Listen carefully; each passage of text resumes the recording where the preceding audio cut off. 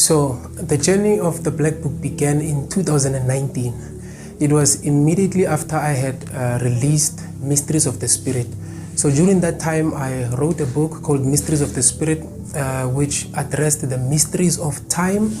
That was chapter 1 of the book, addressing the relationship between spirits and time, understanding the confines of the law of time, how spirits are outside the bounds of time, how spirits like God, for example, the Great Spirit does not age, God cannot die, God is not born, that we like understanding all these complexities around, people have had a question for many years, why does God not kill Satan? And so it's something to do with understanding the relationship between spirits and time.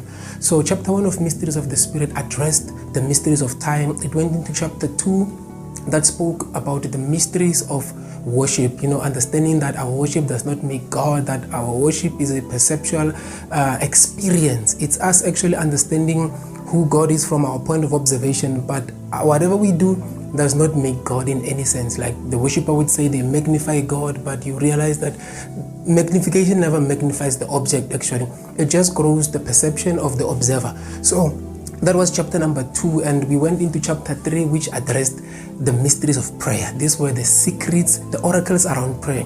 And so the Black Book of Prayer was an extension from that part. But what is funny about this is that after I had released Mysteries of the Spirit, I felt that I had not expanded enough on the subject. And so I made a commentary on the side. There were these notes that I thought, okay, I'm just going to put these things together, compile them, and give them as a gift to everybody who had Mysteries of the Spirit, because it was expanding more on prayer. And so I spoke with my sister. I was sitting down with her and I showed her the document. It had a beautiful pink cover with flowers. It was called the Book of Prayer. And so she looked at it. She said, this is nice, but this is not you. And so I think with this, I want you to know who is around your life. I want to challenge you with the voices that speak into your life. So my sister refused the project at that moment. It was in 2019. She said, no, we know you for breaking mysteries. We know you for demystifying the hardest of concepts. You break down the most complicated subjects into porridge. So she said to me, you know what? Go back and write again. And so she suspended the project and commissioned me to write something which would later be called the Black Book of Prayer. And so when I was 2 years into writing the Black Book, then comes another character. This is one of my mentors, Pastor Ken Ramudike.